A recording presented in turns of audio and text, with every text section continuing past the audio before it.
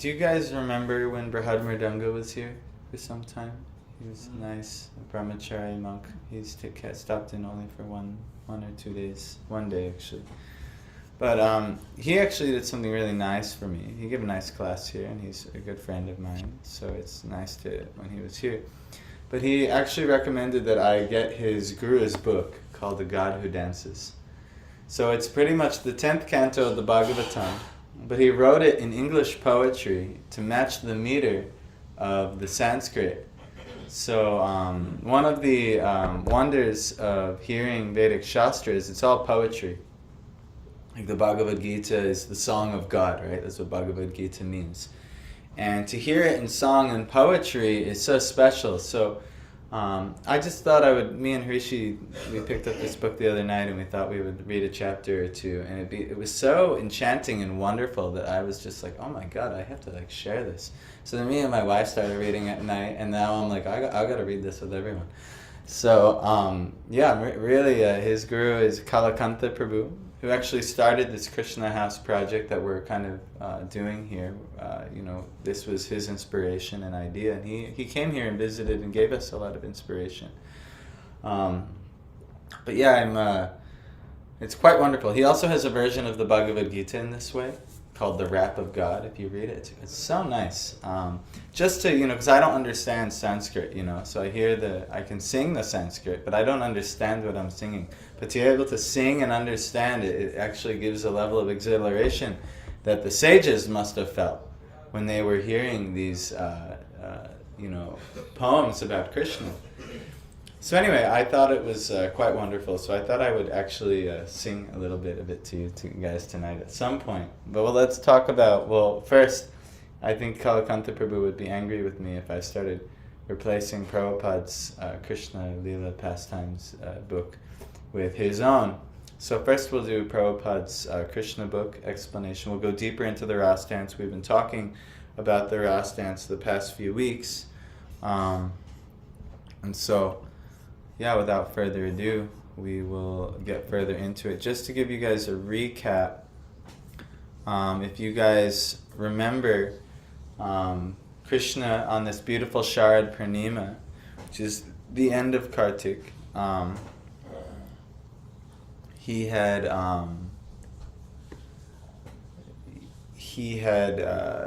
played his flute. Everything was perfect. So by the way, who is Krishna? Maybe Talika, you're like, well, they keep talking about Krishna. They're singing Hare Krishna. What is Krishna? Right? Maybe that's question has come. Yeah. So Krishna is first. He's a personality who came 5,500 years ago and did many, many extraordinary things. He has many teachings, and he did many extraordinary things. And one of the extraordinary things that he's done is give many, many sets of teachings which would indicate that he's God, actually. That's our belief, wholeheartedly here. But the Vedic understanding, you might have heard of the word avatar before. Have you all heard of the word avatar? Someone here tell me, what's avatar mean? One who descends. One who's above and comes below. So actually, from the Christian understanding, Jesus would be an avatar. He came from the heavenly world, and he came here to save a certain portion of people. And then he's back. His home, his kingdom is in the above realm. So similarly, in the Vedic understanding, this is the role of God, or Vishnu. Vishnu has the whole Vaikuntha, the heavenly worlds, and then he descends into this world in different time, places, and circumstances to help the people. So what's that have to do with Krishna? Well, Krishna is said to be a very prominent avatar, but he himself indicates that not only is he's not just an ordinary avatar, but actually he's the source of all avatars, and he reveals his position as the Supreme Godhead, and does so many wonderful things, including lifting a mountain on his pinky. We've done so many things, killing many vicious demonic personalities and demonic forms, but ultimately performing wonderful pastimes with his devotees. This is why the Lord comes. It's mentioned in Bhagavad Gita, why does the Lord come? 2 reasons. You guys. What are the 2 reasons? Yeah, it's to deliver the sadhus and to annihilate the miscreants. So sadhus are those who are devoted to truth, so the righteous or the devotee, and to annihilate, to punish the miscreants. Really all he comes for is to associate with his devotees. But in that, because the miscreants are always disturbing the devotees, they naturally have to get punished because they're disturbing the devotees. So, we in this Krishna consciousness movement, we are trying to be devotees. Why? Because we want to be in the VIP section of God. You know, a lot of us, we might want to get groupies to our favorite band, or, you know, our favorite celebrity. Maybe I can get backstage. I can meet, I don't know, who's everyone like today? Who's a celebrity people? Well, I'd like to meet Bob Dylan. But Bob Dylan. Actually, believe it or not, Holly, Bob Dylan was a secret Hare Krishna.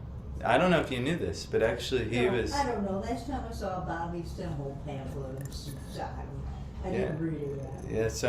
Just whatever.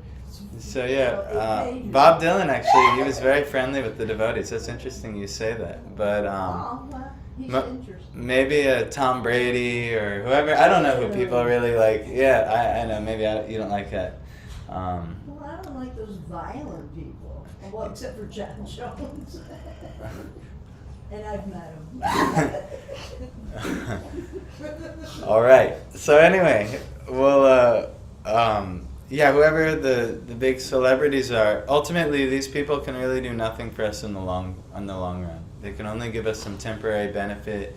Maybe even they'll give us some wealth. Maybe Elon Musk or the celebrity or the CEO of Google or whoever. I forgot Elon Musk is a political personality now, so I shouldn't talk about him. But anyway, whoever it is, these people can't do anything for us because it's all temporary stuff. But if you can get in the VIP section of God, which is what every religious system is teaching you ultimately how to do, that's very beneficial. Very beneficial. So our whole movement is to be in the VIP section of God. And the activities of when God comes to this world and associates with certain devotees, actually we try and see what are the qualities of these type of personalities who are so fortunate to associate with God. And we see if we can, not necessarily imitate, but we can cultivate similar moods. So the gopis in this Rasa dance, this is like at least in the Bhagavatam, I'm sorry, my tongue is really hurting, so I'm really struggling to get through this. But I want to talk about this, so I'll fight myself. I'll fight my pain. But the gopis are the topmost personalities, devotees in the 10th canto of the Bhagavatam, the whole Bhagavatam actually. And actually this pastime that we're on is actually the topmost pastime that the Bhagavatam has to offer. But there's a reason we're taking it very slow, is because if we see this with or perverted vision, not only will we mess up everything, but also we'll make offenses towards God, to assume that God is like a human being and has mundane lust and vision just like the human beings. And another perverted thing, we could say, oh, God likes to, this book's called The God Who Dances, God likes to dance with young girls in the middle of the night and things like that. So I should also dance with young girls in the middle of the night. I think this is the complete... Out there. No. Holly, I'll tell you, we can dance in kirtan in the middle of the night, but that's not just me and you. We gotta do the whole everyone. Yeah. But ultimately, we have to take this very slow. So what happened is Krishna played his flute. That's one of the aspects of Krishna. He played his beautiful flute, and the gopis, everything was perfect. This Sharad Purnima, the whole sky was reddish, all the flowers were blooming, Vrindavan was looking so enchanting, so beautiful. And Krishna, the way he plays his flute is so magical that they just couldn't contain it anymore. And they dropped whatever they were doing. Some of them had babies, some of them had things on the stove, some of them left all of their family and regular duties of the world, and they ran to Krishna in the late middle of the night. Very dark. All their brothers, their husbands, their fathers were all like shocked to see their beautiful young daughters or wives or sisters running away to the forest, and they were trying to stop them, but they couldn't. The gopis were just so enchanted. So they, it's described, they put on their makeup wrong, they put on all their clothings wrong, so they were doing so many things, right, like this. So then they get there, and they're so happy to see Krishna. And then Krishna talks about all of the good qualities of a chaste woman, of what a chaste woman does. How a chaste woman, the main duty in her life is to serve her husband. And this is the topmost duty for a chaste woman. And why would you run all the way out here? It's, and then he does reveal that, it's fitting that you would come out and hear me, for I'm the source of all. He admits his position as the personality of Godhead, but then he was glorifying the position of being a chaste woman in society, and that you should return. It's very fitting that you'd come here, and I congratulate you for coming here, but please go now. Like, it's nice, we're talking, we're associating, but you should go and be with your husband. Serving your husband is the topmost duty. Because in worldly, especially in the Vedic conception, but also the biblical conception, all of the religious conception, for a woman in religious life, to serve her husband is the topmost duty. It's always the topmost duty. At least, in a good religious, spiritual thing. Now, if the husband is really cruel and bad and things like this. But there's many examples even in the Vedic where the husband was not so favorable at all, but through the woman's good behavior in serving that husband, even though he was not so very good at all, that the Lord had blessed women in this, many women in this way. So anyway, Krishna, he glorifies this aspect of being a chaste woman. But the gopis were very unhappy. Now remember, this happened sometimes similarly. They heard, you remember the Brahma Patnis, the wives of the Brahmanas, we talked about maybe a month or two back. They also were enchanted to hear that Krishna and Balaram were in the area, and they left their husbands and all their duties to go see Krishna and Balaram, because they've heard so much about them. And they just want to see them, because they were doing so many amazing things. So, just like, who knows what we would do if we heard this person was in town. We might drop everything and go find, but now imagine God was in town doing amazing things. You maybe would drop everything. Yeah. So the Brahmins' wives did this as well.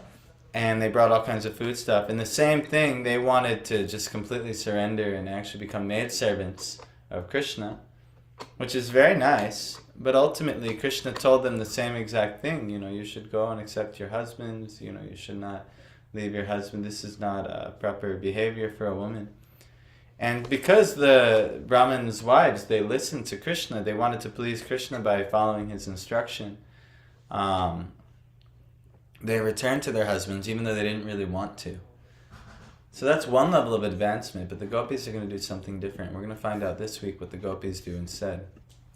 So, but before we do this, just so I can please Michael, we'll chant some prayers, glorifying the gurus. Also, this is proper, so I don't speak out of line, out of place, and I request the blessings of the great personalities and ultimately the Lord himself to try and speak of these pastimes.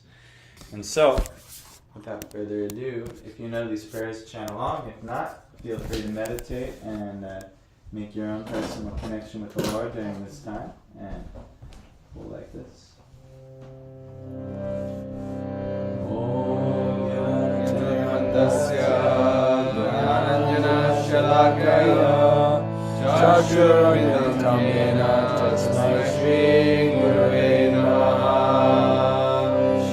Chaitanya Manobishtam Stapitam Yena Bhutale Swayam Rupa Gadamayam Dadati Swapadantikam Vandeham Shri Guru Shri Yuta Parakamalam Shri Guru Vaishnavanscha Shri Rupam Sarvajatam Sahagana Sajivam Sadvaita Sadhutam Parijana Sahitam Krishna Chaitanya Devam Shri Radha Krishna Padan Sahagana Lalita Shri Vishakhambitamscha He Krishna Karuna Sindhu Dinabandhu Jagatpate Gopesha Gopika Kanta Radhakanta Namostute Tapta Kanchana Gaurangi Radhe Vrindavaneshwari Vrishabhanusute Devi Pranamami Hari Priye Dharmashakalpaturiyascha Kripa Sindhu Bhemacha Patitanam Pavanebhyo Vaishnavebhyo Namo Namaha Jai Shri Krishna Chaitanya Prabhu Nityananda Shri Advaita Gadadhara Srivasari Gaura Bhaktivinoda Hare Krishna Krishna Krishna Hare Hare Hare Rama Rama Rama Hare Hare Namo Vishnu Padaya Krishna Prasthaya Bhutale Srimate Bhaktivedanta Swamini Namine Namaste Saraswati Deve Gauravani Prasarine Nirvishesha Shanyavari Paschatya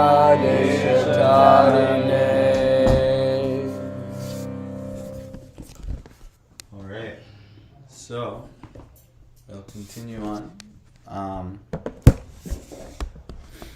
So the Rasa dance. So now the gopis they're angry with Krishna. This is actually imagine being angry with God. Actually, a lot of times we are angry with God, but not because we're like the gopis, but more because we're like Kamsa. And God is foiling all of our plans. God is foiling all of our desires. So, who is this God? I'll show God. I'll arrange my life like this, and then I'll show Him, and I'll get everything that I want. But we fail time and time again. Anyone else feel this? Am I the only one? Yes. So, the goal, even though to associate with God, even in an unfavorable way, is actually always favorable. It's always favorable to associate with God, even if you're thinking about Him in a negative way, like Kamsa. But what's to speak of those devotees who are thinking about Him in the most loving of ways? So this is the main teaching of Bhagavad Gita. The top teaching is what? It's said in two verses, these exact two lines of the Bhagavad Gita. What is it? Yes. Manmana bhava mad bhakto mad yaji mam namaskaru. Those two words. Always think of me, become my devotee. Offer your obeisances unto me.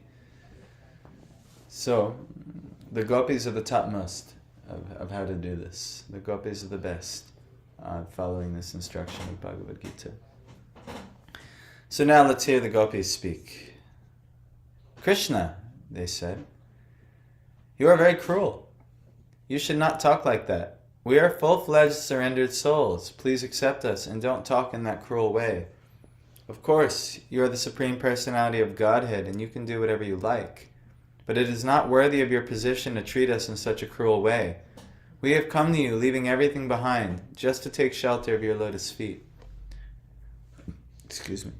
We know that you're completely independent and can do whatever you like, but we request you, don't reject us.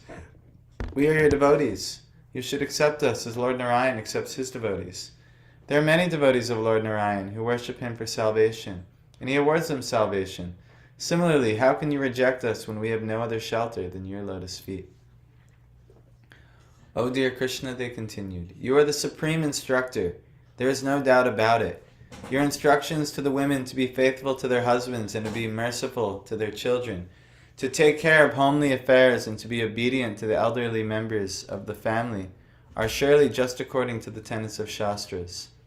But we know also that all these instructions of the Shastras may be observed perfectly by keeping oneself under the protection of your lotus feet. So notice, Krishna is giving, do your worldly duties nicely, but the gopis know a secret that can trump doing all of your worldly activities. Because you all know this, right? The 3 ways to fulfill your desires of the Vedas. The path of karma, doing your karma, working hard and working under the guidance of the scriptures. And then the path of jnana, which is properly renouncing from even working for those things because you know that they don't ultimately satisfy you anyway. But then there's the ultimate path that the Vedas give, which is bhakti, which is to strive to understand and love and please the Lord. And in that, all the benefits of karma and jnana and more are given in bhakti. And actually, karma and jnana don't even work without bhakti. Because the seed of bhakti, shraddha, or faith, is the driving force behind karma and jnana.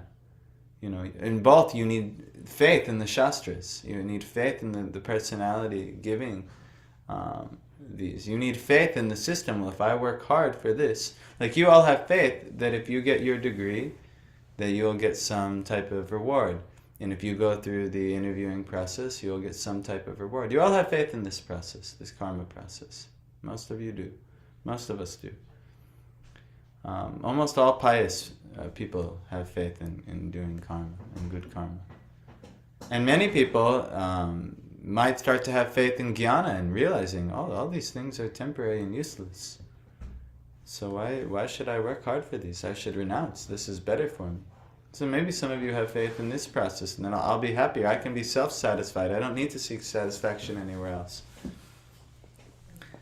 But at some point, if we have an understanding of the Supreme Lord and our relationship with the Lord, do we have faith in that relationship? Do we have faith in establishing that relationship?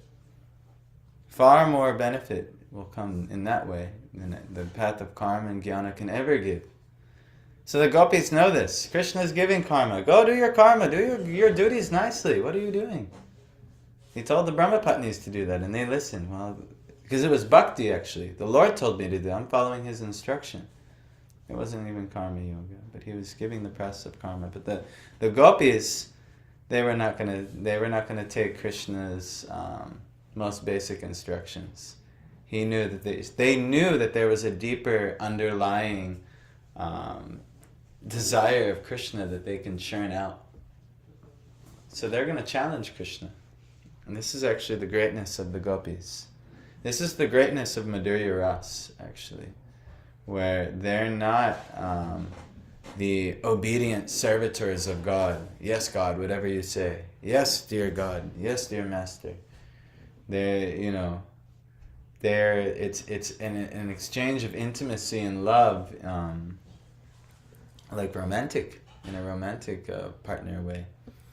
And it's different. Sometimes you have, I don't know if any of you ever had, a relationship, man, woman, and marriage or girlfriends and things, but it's crooked. It said love in this material world, and Krishna is said move the same way. It moves crooked like a snake. Like it's up and down. 1 second your wife is chastising you, and then the next second you love each other, and then 10 minutes later you're chastising each other again, and it moves just like this. And same thing with Krishna and his dear girlfriends. Up and down, up and down. Brutal.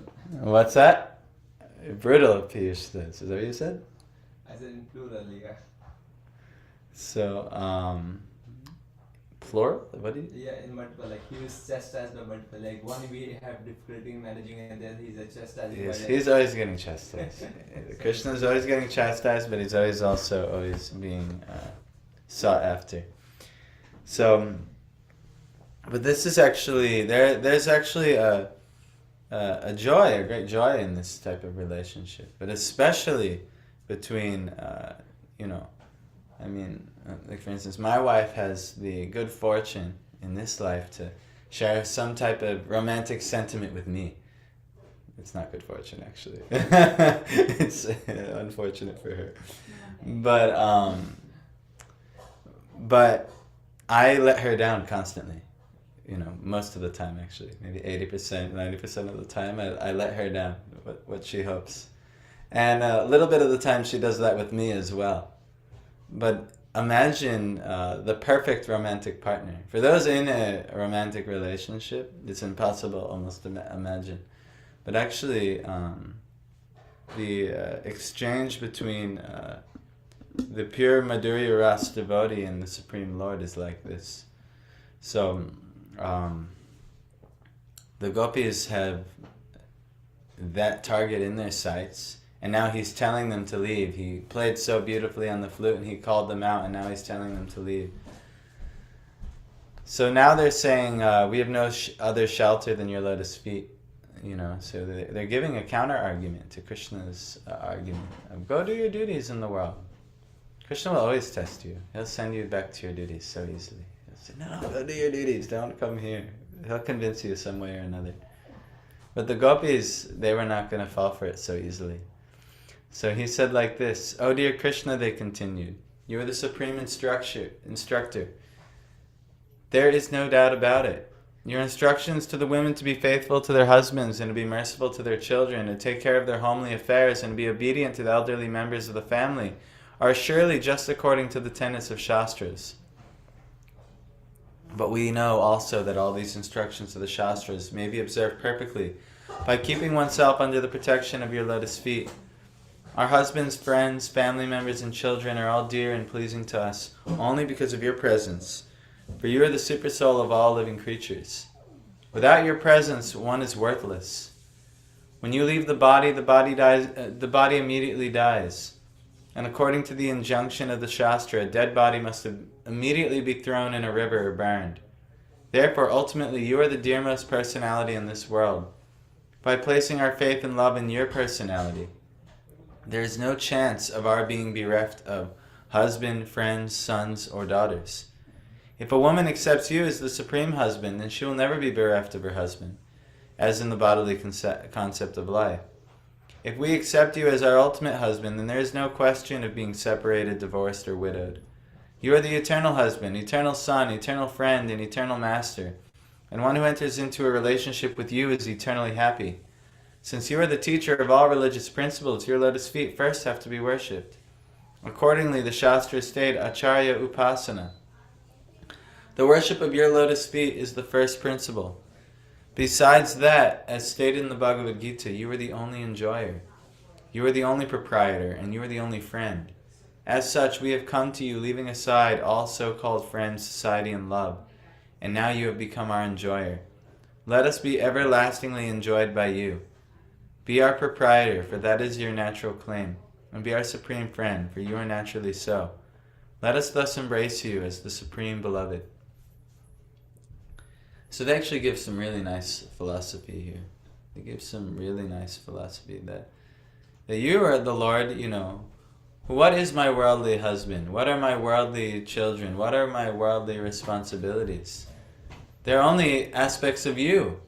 So if we stay here with you, how can all of these things will easily be achieved? And actually they're right. But Krishna, he's testing. No, you should do like this. But they understand ultimately what to do. And why does he test? To actually glorify these devotees. So they can reveal how the depth of their devotion, and they can reveal the depth of actually, look at the jnana that they have. The jnana that they have, what intimate jnana or knowledge to know that instead of going and doing all of the pious activities or the good karmas of the world, which is a certain process, that they know if they stay with the Lord and try to be enjoyed by Him, to be an instrument for His enjoyment, that they'll be far more useful and happy in this way, and so will He. So this is very high jnana. Bhakti is the highest jnana. A lot of people, they think, because actually they have less jnana, but they think that, bhakti is for the simple. Bhakti is for the simple. Bhakti is for everybody. But that I'm a little intelligent, so let me study the path of jnana. But if you study the path of jnana, the topmost jnana will lead you to bhakti. The topmost jnana. So actually just see the gopis' jnana here. It's incredible actually. Then the gopis told the lotus-eyed Krishna, please do not discourage our long-cherished desires to have you as our husband. Any intelligent man who cares for his own self-interest reposes all his loving spirit in you. Persons who are simply misled by the external energy, who want to be satisfied by false concepts, try to enjoy themselves apart from you. The so-called husband, friend, son, daughter, or father and mother are all simply sources of material misery. No one is made happy in this material world by having a so-called father, mother, husband, son, daughter, and friend. Although the father and mother are expected to protect the children, there are many children who are suffering for want of food and shelter. There are many good physicians, but when a patient dies, no physician can revive him. There are many means of protection, but when one is doomed, none of the protective measures can help. And without your protection, the so-called sources of protection simply become sources of continued distress. We therefore appeal to you, dear Lord of all lords, please do not kill our long-cherished desires to have you as our supreme husband. So they're not interested in the worldly relationships. Their husbands, their sons, their relatives. Hard. Imagine giving up everything that you've ever been taught and conditioned to think is happiness. Especially in family life. It's so much attachment is there. The relationship between mother and son, father and son, relatives, siblings, all these things. We're not saying these are bad. Krishna actually says very high religious principles. Serve them. This is very high. But higher is to even be willing to give every single one of them up and serve wholeheartedly the Lord. That's why Lord Chaitanya, he took sannyas at 24. This was his consideration. Not to say that we should take sannyas and all these things. This is a very, very high and difficult path. But, and also let's put it into perspective. We're not like the gopis. These are the highest devotees the Bhagavatam is highlighting. We're not like the gopis. Maybe we should read Canto 1 and see if we could be like the Pandavas. Maybe we should read, Canto 2 and see if we could be like Parikshit Maharaj and Dhruva Maharaj. Or, and so on. We go through the Bhagavatam and see if we can take levels of surrender, like Prahlad Maharaj and so on. But naturally, when you get to Krishna in the 10th canto, you may be called to take deeper steps of surrender. And the ultimate surrender is the gopis. You're getting the climax of the Bhagavatam right now. So they're willing to give up everything. And actually, not even Krishna can do this. They're doing something, and he'll reveal this. Not even Krishna can do this. They're doing something that not even Krishna can do. Because Krishna has to be the God of everybody. Ye yatamam prapadyante tam stataiva bhajamyaham. This is 4:11 of the Bhagavad Gita. As all surrender unto me, I reward them accordingly. So God has to be there for everybody. He even takes incarnations in the fish species, the horse species, the boar species. He comes for all. He for all devotees. He comes as Lord Ram for a certain group of devotees. He comes as Vamandev for a certain group of devotees. He comes for everyone. So he has to be there in different ways for the different classifications of devotees. But the gopis, he has to spread himself out. But the gopis can do something he cannot do. And that's give up everything for him. That's something. And he says, I can't even repay you. You'll see. But please do not kill our long-cherished desires to have you as our supreme husband. And they continue, Dear Krishna, as women, we are certainly satisfied when our hearts are engaged in the activities of family affairs. But our hearts have already been stolen by you. This is what Hari means. When you chant Hare, this is one of the meanings of Hari. The one who will steal your heart. So, but our hearts have already been stolen by you. We can no longer engage them in family affairs. Besides that, you are asking us repeatedly to return home, and that is a very appropriate instruction. But unfortunately, we have been stunned here. Our legs have no power to move a step from your lotus feet. Therefore, if even at your request we return home, what shall we do there? We have lost all our capacity to act without you. Instead of engaging our hearts in family affairs as women, we have now developed a different type of lust, which is continually blazing in our hearts. Now we request you, dear Krishna, to extinguish that fire with your beautiful smile and the transcendental vibration emanating from your lips. If you do not agree to do us this favor, we shall certainly be burned in the fire of separation. In that condition, we shall simply think of you and your beautiful features and give up our bodies immediately. In that way, we think it will be possible for us to reside at your lotus feet in the next life.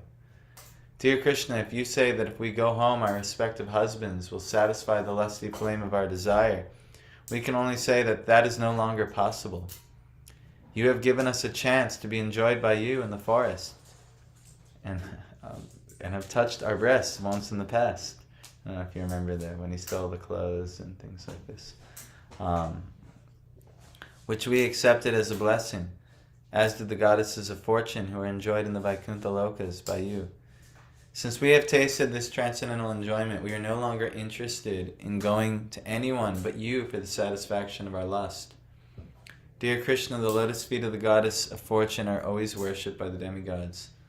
Although she was always resting on your chest in the Vaikuntha planets, she underwent great austerity and penance to have some shelter at your lotus feet, which are always covered by tulsi leaves. Your lotus feet are the proper shelter of your servitors, and the goddess of fortune, instead of abiding on your chest, comes down and worships your lotus feet. We have now placed ourselves under the dust of your feet. Please do not reject us, for we are fully surrendered souls.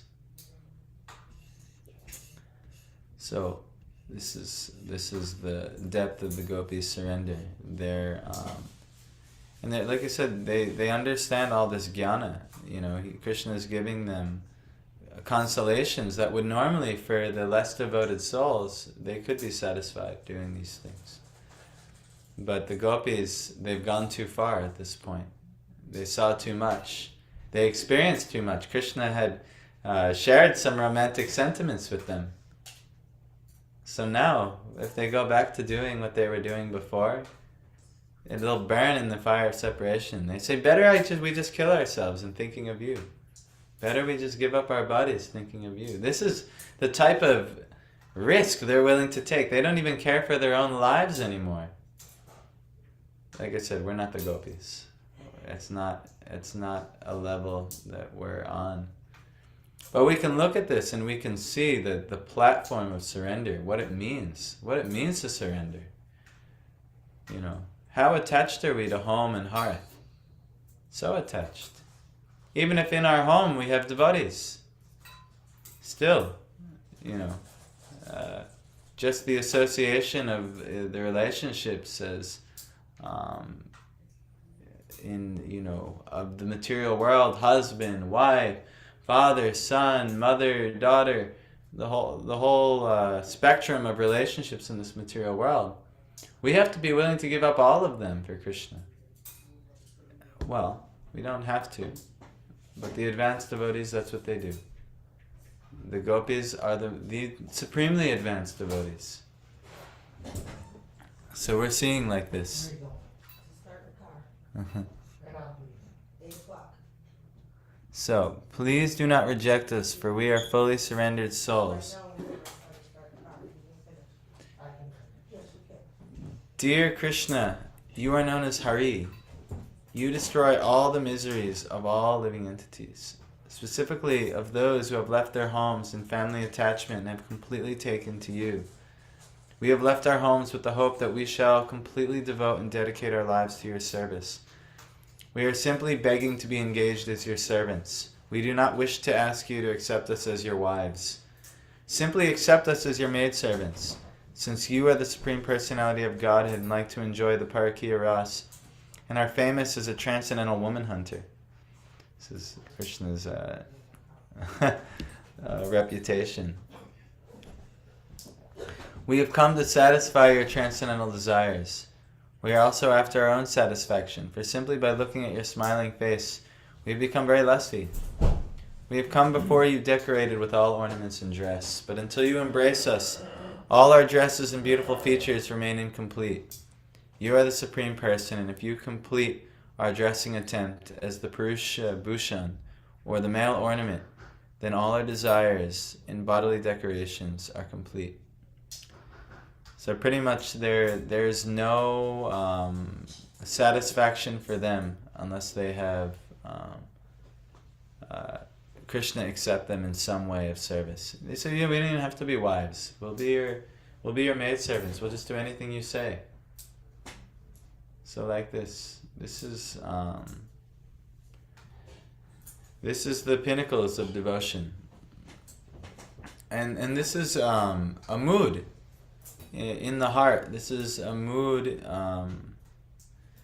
how can we, apply this to our lives? This is also important. You may also have aspects of your life which connect you to Krishna. And then you may have aspects of your life that are clearly taking you away from Krishna. So we have to be willing to take steps to leave that which is taking us away from Krishna and walk towards Krishna. And even when Krishna tells us to go back, Kaushik, good boy.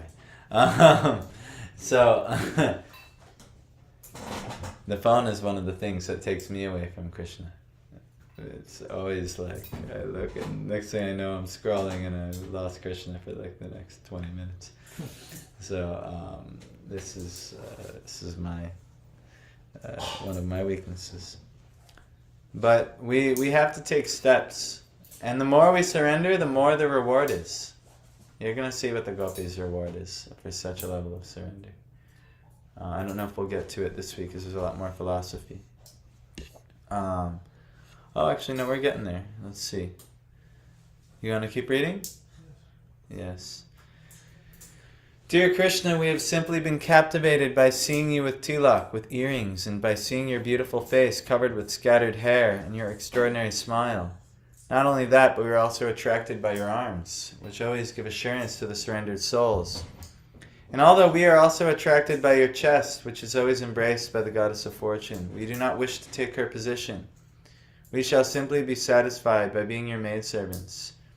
If you, however, accuse us of encouraging prostitution, then we can only ask, where is that woman within these three worlds who is not captivated by your beauty and the rhythmic songs vibrated by your transcendental flute? Within these three worlds, there is no distinction between men and women in relation to you, because both men and women belong to the marginal potency or prakriti. Look at this jnana that they have. No one is actually the enjoyer or the male. Everyone is meant to be enjoyed by you. So this is actually very high level philosophy, that no one is actually of the Purusha nature or a true male. The jiva is actually by nature female. Female is, often, enjoyed, and where male is often considered the enjoyer. But really, to be that, philosophically, only the Lord can take that real Purusha as the enjoyer. And all the other living entities can really only take that feminine nature of being enjoyed. So that's what the gopis are saying. No one is actually the enjoyer, the male. Everyone is meant to be enjoyed by you. There is no woman within these three worlds who cannot but deviate from her path of chastity once she is attracted to you. Because your beauty is so sublime that not only men and women, but cows, birds, beasts, and even trees, fruits and flowers, everyone and everything become enchanted, and what to speak of ourselves. It is, however, definitely decided that as Lord Vishnu is always protecting the demigods from the onslaught of demons, so you have also advented in Vrindavan, just to give the residents protection from all kinds of distress. O dear friend of the distress, kindly place your hand on our burning breasts, as well as on our heads, because we have surrendered unto you as your eternal maidservants. If you think, however, that your lotus-like palms might be burned to ashes if placed on our burning breasts, let us assure you that your palms will feel pleasure instead of pain, as the lotus flower, although very delicate and soft, enjoys the scorching heat of the sun. Upon hearing the anxious plea of the gopis, the Supreme Personality of Godhead began to smile, and being very kind to the gopis, the Lord, although self-sufficient, began to embrace them and kiss them as they desired. What a turnaround. When Krishna, smiling, looked at the faces of the gopis, the beauty of their faces became 100 times enhanced.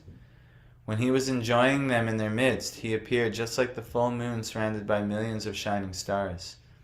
Thus the Supreme Personality of Godhead, surrounded by hundreds of gopis and decorated with a flower garland of many colors, began to wander within the Vrindavan forest, sometimes singing to himself and sometimes singing with the gopis. In this way, both the Lord and the gopis reached the cool sandy bank of the Yamuna, where there were lilies and lotus flowers. In such a transcendental atmosphere, both the gopis and Krishna began to enjoy one another. While they were walking on the bank of the Yamuna, Krishna would sometimes put his arms around a gopi's head, breast, or waist, pinching one another and joking and looking at one another. They enjoyed. When Krishna touched the bodies of the gopis, their lust to embrace him increased. They all enjoyed these pastimes. Thus the gopis were blessed with all mercy. Hare Krishna Kashik, thanks for coming. Thank you for seeing me. Have a good night. Thank you for chanting. Nice meeting you, Talika. Yes. Thank you. So they all enjoyed these pastimes. Thus the gopis were blessed with all mercy by the Supreme Personality of Godhead, for they enjoyed his company without a tinge of mundane sex life. What is, this is the philosophy here. What is mundane sex life? One, it's not even understanding who we are. It's one, identifying with the body, and then identifying with you or you as a body. I don't know why I looked at you guys. But identifying you or you as a body. But this is actually, this is not who we are. We're not these bodies. But Krishna is different.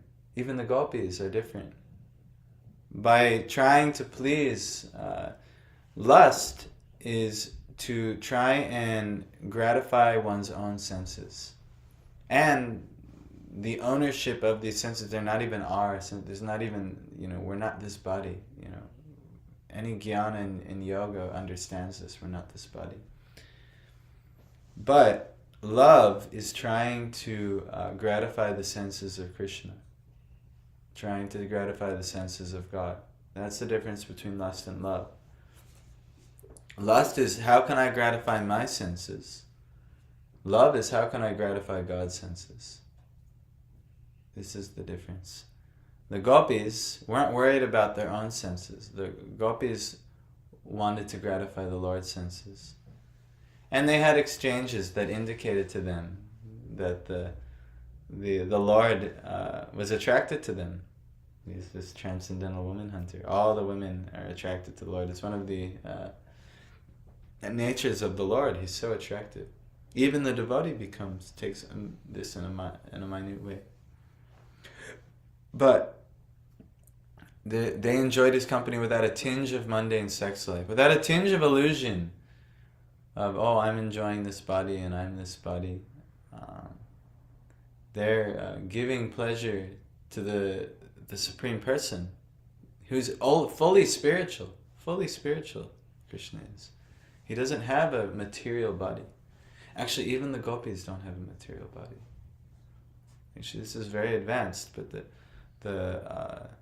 the perfection of the devotee eventually, even though we're in this body, we'll be able to fully identify with our spiritual body, with advancement and high levels of bhakti. I don't know. I won't speak too much on it because I've not achieved this. This is called Vastu Siddhi, but there's levels of Siddhi. Siddha Swarup it's called. So there's levels of this. And the gopis, they've achieved the highest level. They're enjoying with Krishna personally. But,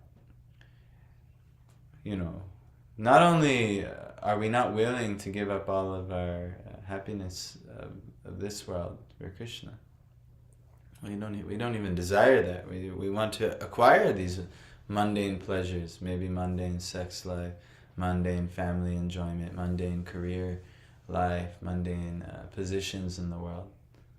We can't even fathom this type of enjoyment with the Lord. But when you hear of these things, you may become attracted. you may see, oh, maybe there's higher goals than, just being a cog in the worldly machine. There is higher goals than this, trust me. The gopis, however, soon began to feel very proud, thinking themselves to be the most fortunate women in the universe by being favored by the company of Krishna. Lord Krishna is known as Keshava, could immediately understand their pride caused by their great fortune of enjoying him personally. And in order to show them his causeless mercy and to curb their false pride, he immediately disappeared from the scene, exhibiting his opulence of renunciation. The Supreme Personality of Godhead is always full of 6 kinds of opulences, and this is an instance of the opulence of renunciation. This renunciation confirms Krishna's total non-attachment. He is always self-sufficient and not dependent on anything. This is the platform on which the transcendental pastimes are enacted. So then Krishna, all of a sudden, he recognizes that the gopis are developing pride because they surrendered unto him, and now he's enjoying with them, and now they think they're the topmost women in the world. Actually, they are. But to have these considerations, by his mercy, he wants to disappear and show them that this is not going to be in their ultimate benefit. This will actually spoil the transcendental moods. So, and it's also Lila, and he's also displaying his renunciation. Who amongst us, I mean, especially I'll speak for men, most of you are men, if, hundreds of beautiful women come to approach you in the middle of the night, who amongst us can say, okay, this enjoyment is nice, but yeah, I'm gonna leave for some time. No, our mundane conception, we'll want to enjoy every drop of that we can of the instance, but the Lord can just leave it just like that, and he does. But don't worry, this is only going to enhance the experience. I'm going to end there because the chapter ends there. This is the introduction to the Rasa dance. I do want to read this. Would you be happy if I read you guys this chapter? Yes, I will sing you guys the chapter.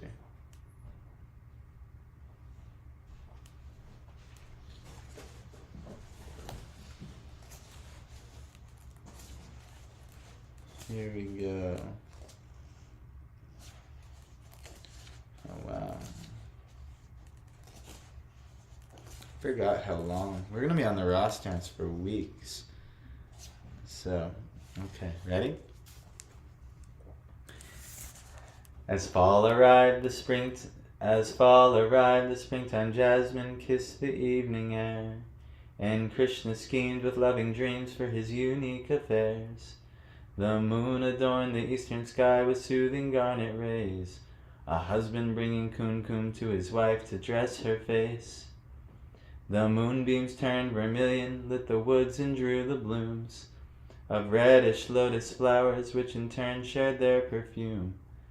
With pleasure Krishna placed a bamboo flute upon his lips, and played a tune the cowherd girls of Raj could not resist. These gopis busy milking cows are tending to their stoves, with boiling milk pots set on top and baking cakes below.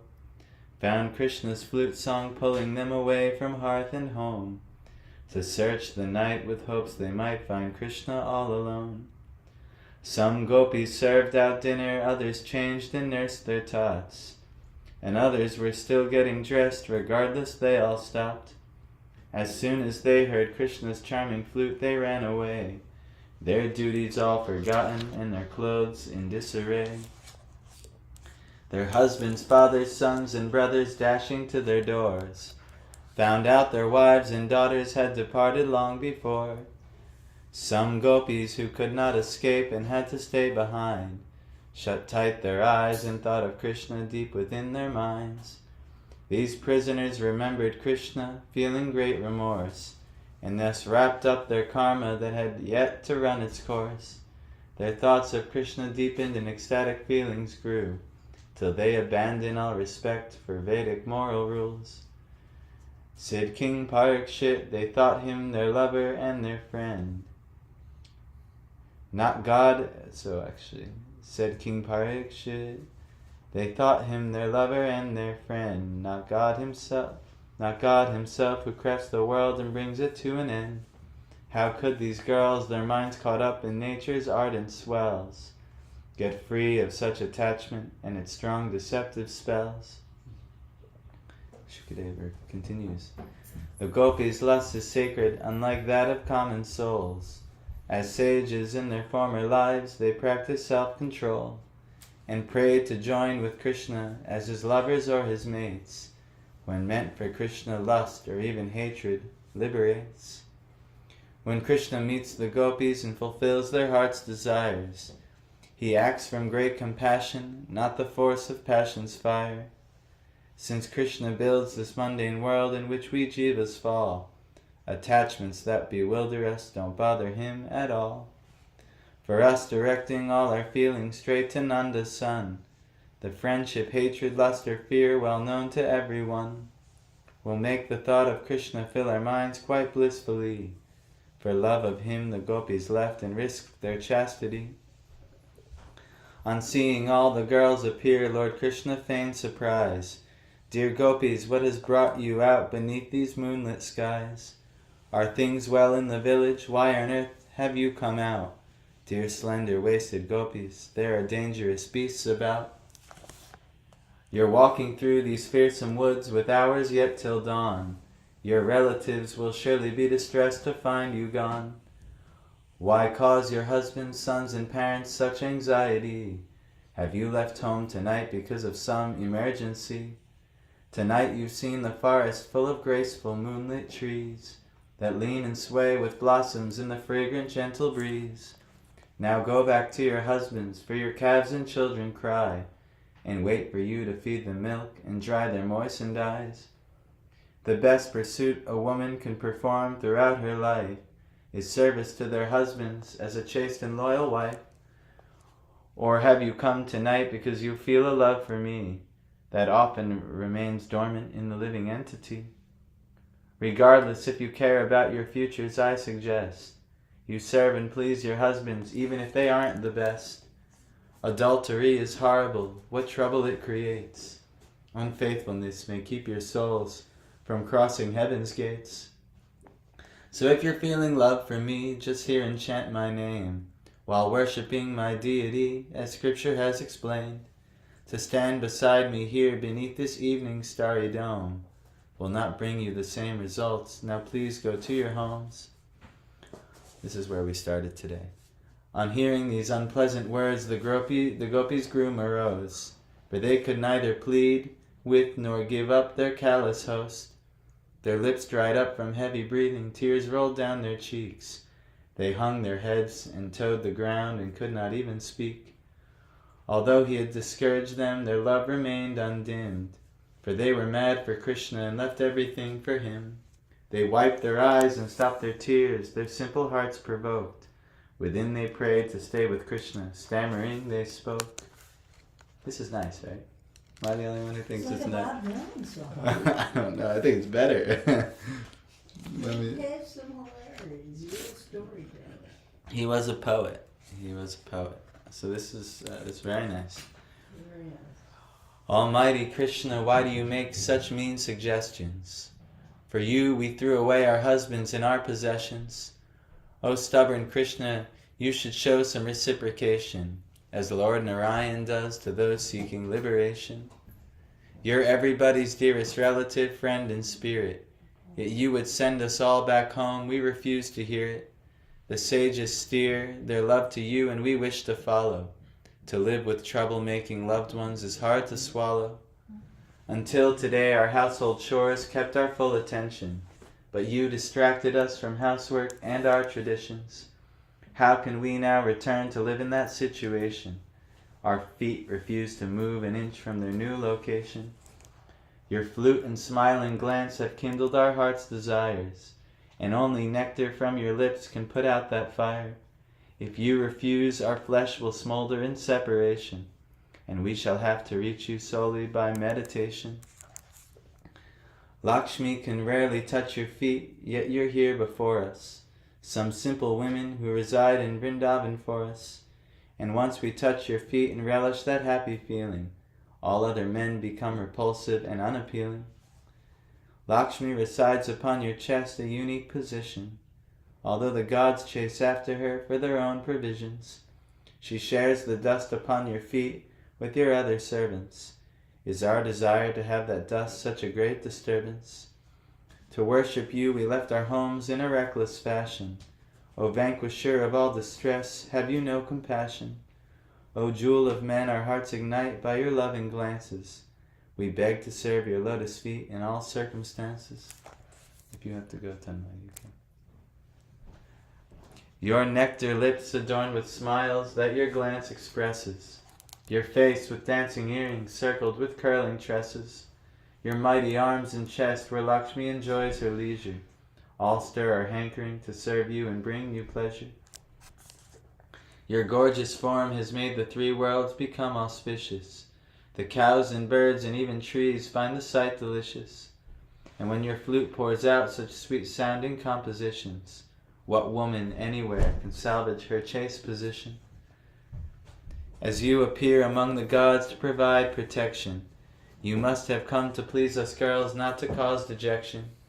Your lotus hand should stroke our heads in a calming fashion, and cool our fevered burning breasts, set aflame by passion. These sweet enchanting words, all said in humble, helpless style, incited from the Lord of Mystics, his most gracious smile. Though he himself needs nothing, Krishna saw the gopis' plight, and set his mind to stay with them throughout that moonlit night. He smiled with teeth like jasmine buds, the gopis' faces bloomed, and they encircled Krishna like the stars surround the moon. When gopis by the hundred sang his praise, the Lord replied. His presence was a garland making all more beautified. They sauntered to the riverbank and sat in cooling sands. As lotus perfume breezes blew, Lord Krishna's playful hands embraced the gopis, touched their breasts, and stroked their hands and hair. They laughed and joked, invoking Cupid's arrows then and there. The gopis felt so blessed to be with Krishna they could not avoid becoming somewhat proud. In secret each one thought, compared to time with Krishna, what is any treasure worth? Why, I am the most fortunate of all women on earth. Lord Krishna sensed the gopis' pride, and thinking it not right, decided to desert them, so he vanished from their sight. Now after all, what better stirs a lover's tender play than offering a taste of love, than taking it away? It's like playing hard to get. You've heard of this before? This is like a secret in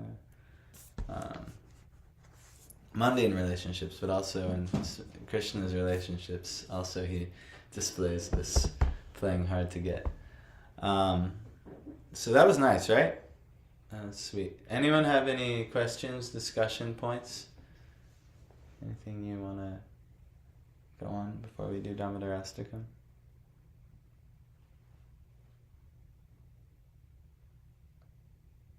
Someone should say something.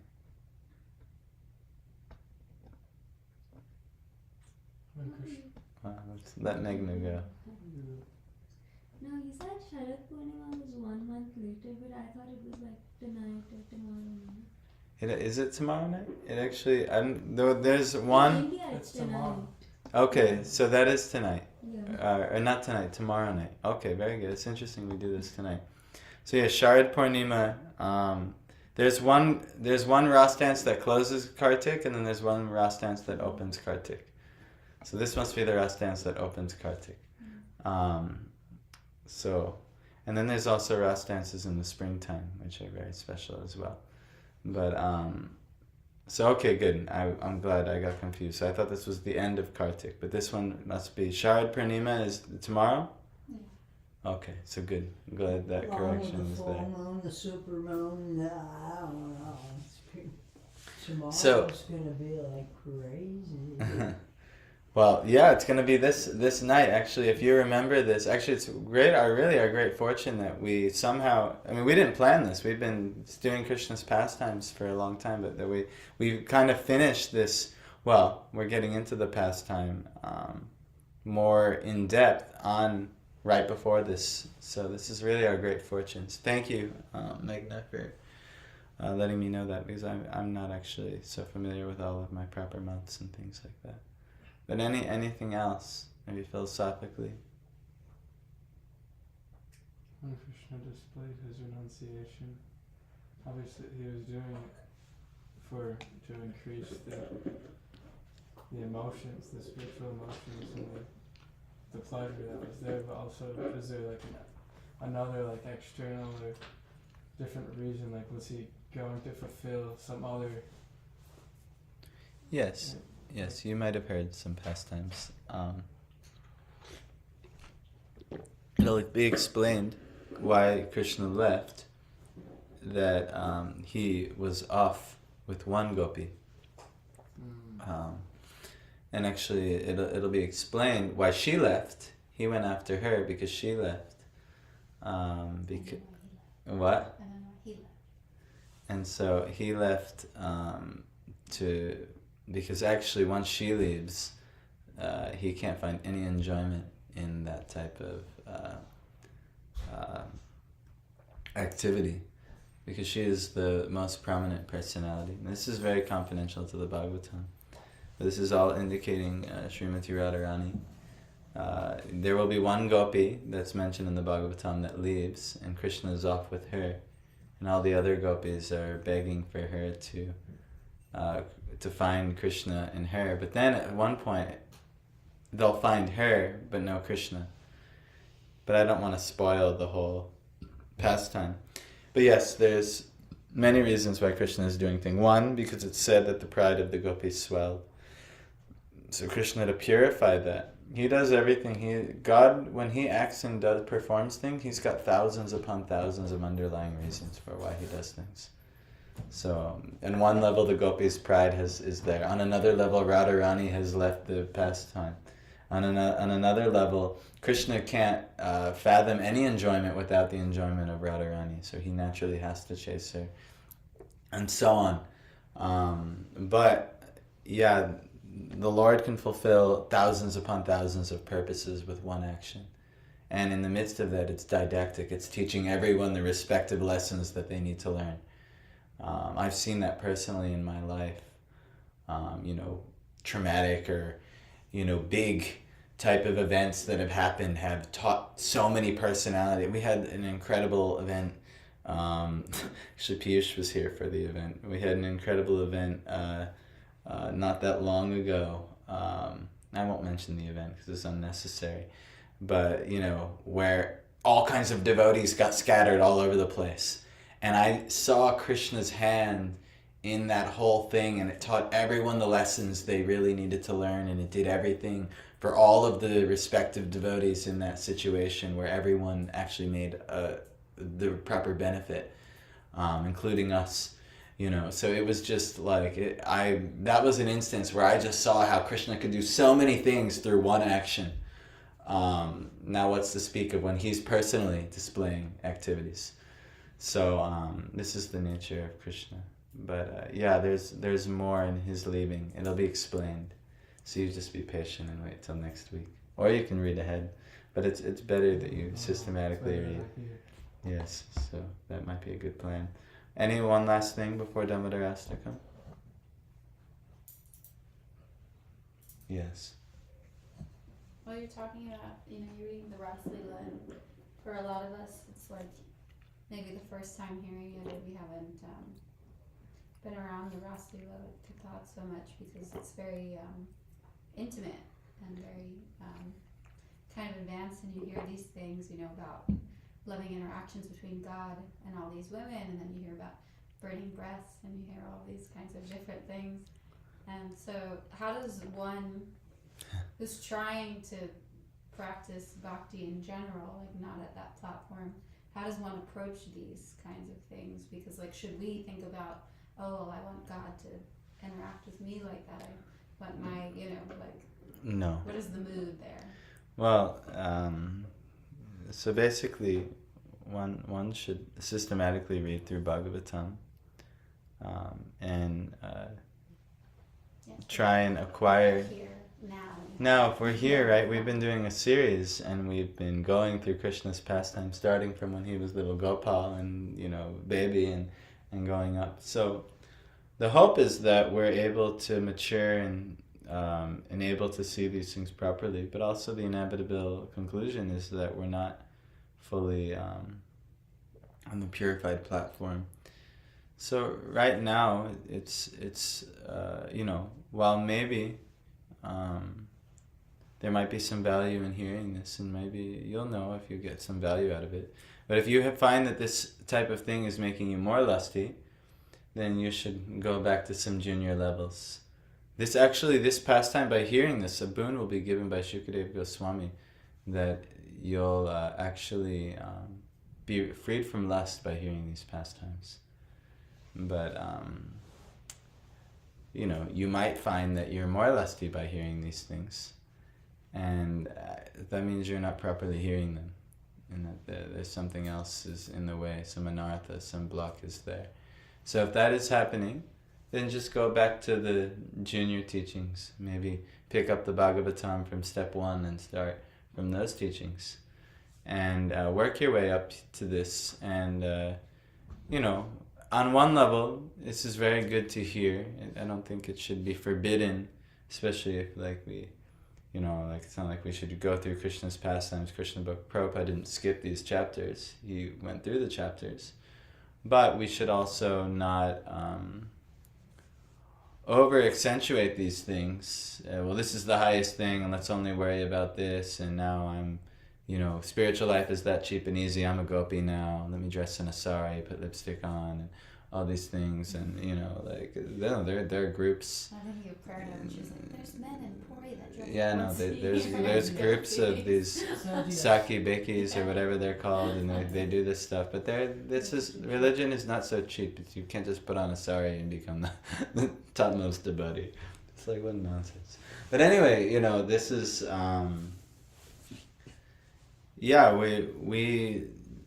this is an internal heart thing. This is an internal process of our own personal surrender and relationship with the Lord. And actually, our acharyas are all pointing us towards this is the type of climactic result that a devotee could actually experience, is having this type of relationship with the Lord. But it's not so cheap, it's not so easy. Better you hear from an exalted personality who can help you make advancement. Better you go through the teachings of the Lord. The Bhagavatam has 9 cantos before the 10th canto for a reason, to gradually purify you so you can actually understand these things properly. It's just good that this is like kind of gives a glimpse, just like Prabhupada's Krishna book wasn't supposed to completely replace the Bhagavatam, but it's to give you a glimpse of where this is all going. But then maybe also a humbling, where like, all right, I should go back to step 1 and systematically build. And then also,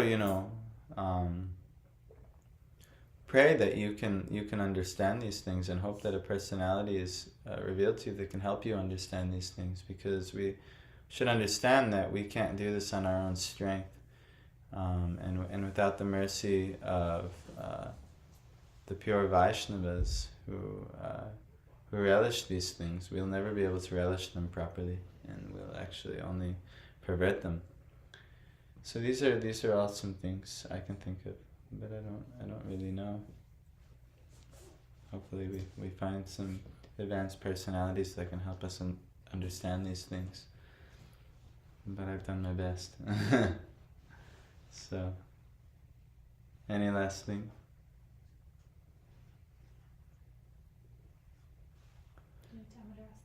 Yes, we should do Damodarastakam. So please bear with me. So thank you, Prabhu. This was the first time I heard this. I found it very, very nice actually. I haven't heard this topic before. This was something that I had kept someone senior I would learn from him. So, and this was something that I had heard, that even if I reach till 10th canto, I was like, after 10th canto I'm entering Chaitanya Charitamrita. I don't want to go through the 10th chapter this all things can distract me, Mm. because if you want to learn more about Srimati Radharani and Krishna, then rather than understanding these topics, you can enter Chaitanya Charitamrita, because because Sri Chaitanya Mahaprabhu is Radha Krishna himself. So that was my understanding. Yeah. But I also wanted to hear this from a very exalted soul. So this desire has been completed as well. So, I don't think so. so yeah, I hope. I think there are two more weeks to complete this. It'll probably be maybe 3 or 4 more. Okay. Yeah, at least I am here for a week. Yeah, well, it's on YouTube, so you can always continue. But yeah, this is well, I'm flattered that you would say that you've got something from hearing it. I can give you a practical example. Okay, so I was cooking. Okay, I was doing those things. Yeah. But when you're speaking, it naturally attracted. You would have seen me coming there. So that is actually the practical example that how gopis also would have got attracted, and they left their chores. So that is a practical example. Yeah.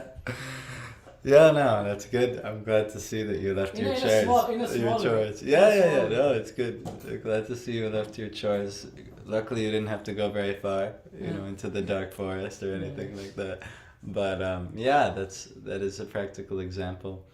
This is actually this is very nice. And actually, anytime we hear Harikatha, even if they're speaking only about the first verse of the Bhagavatam, we should maybe see. I saw Tanmay did something similar. I thought he had to go and get on some meeting, but I saw him go out the door, and then he just somehow, for some reason, he came back in.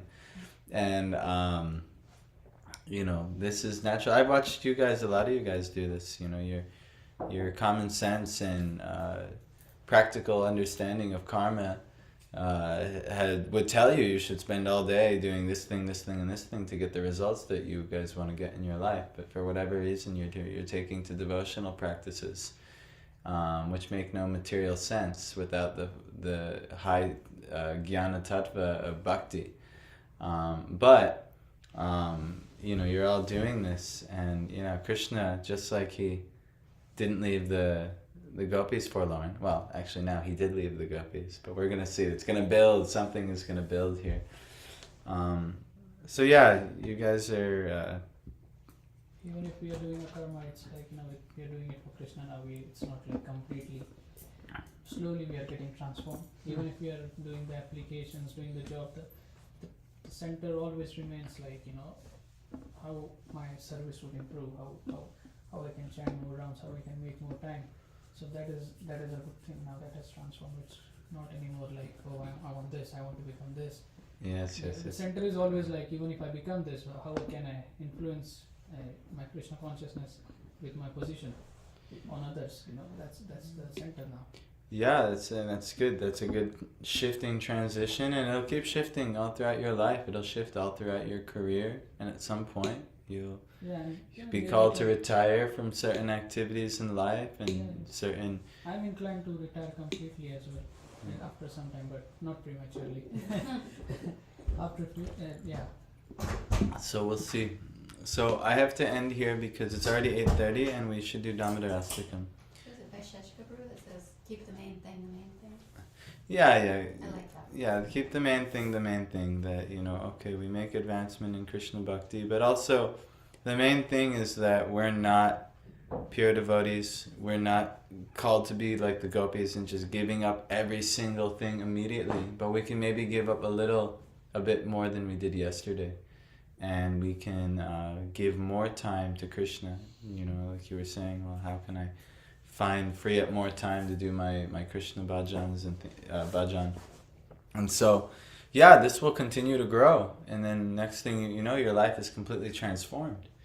And even Krishna will make favorable circumstances happen. Maybe you have some career arrangement where you're only needing to work 3.5 hours a day or something, and then somehow or other Krishna's arranged so many things for you. So you just see, it depends on your desire and the actions you take and the heart and the determination. And then Krishna, he dances with you in miraculous ways. So we'll see. Actually, that Mataji, we were staying in Delaware, Anuradha Mataji, she's our god sister. There's Matt. She chants 32 rounds a day. She has a job, but as she started chanting more and doing more, she says that she does Jagannath's work and he does her work. So at the end of the night, she does 2 hours of online work, and that's her full-time job that she does she's a professor, and she does things at college. Somehow Krishna has arranged for her. She started chanting 32 rounds, and she started. a Jagannath temple. Yeah, she started really, doing a life built on service, and then the Lord arranged that she barely had to do anything to maintain her material activities. I'm seeing this practically in my life in many ways, where my maintenance of my material activities is less than it ever has, and my spiritual activities are more than that's ever been. So I see this trend. The more I do, the providing is there. But now it's time. I want you guys to Google Damodar-astakam if you have time. I have it up, but I don't know if everyone can look at that. Yeah.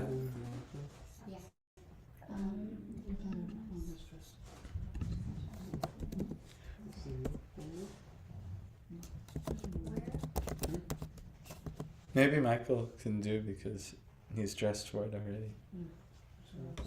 So Michael, you can do. You clarify next week. How I do it at home because it's quick. Yeah, just do it how. Yeah, you Yes. have to be quick, so it's already 8:35. Okay. Yeah, be quick. I've already put all my dhotis in the washing machine. So, Right, I made sweet rice, but it's not gonna be ready actually. For offerings, maybe I'll. okay, so you just do it, your own personal offering when it's ready then. So, okay, this we sing every night. Actually, we're going to do this every morning. This will become a part of our morning. And in the month of Kartik, now some people celebrate that it's already Kartik after the Ekadashi. But we'll do traditionally, it begins on the Shard Purnima, which is the Ras dance. So that'll be tomorrow. So, and then the Gaudiya, in ISKCON we celebrate it like this. So it's good to offer lamps. And we'll have deeps. Tomorrow we'll have deeps when we begin this on the first day of Kartik.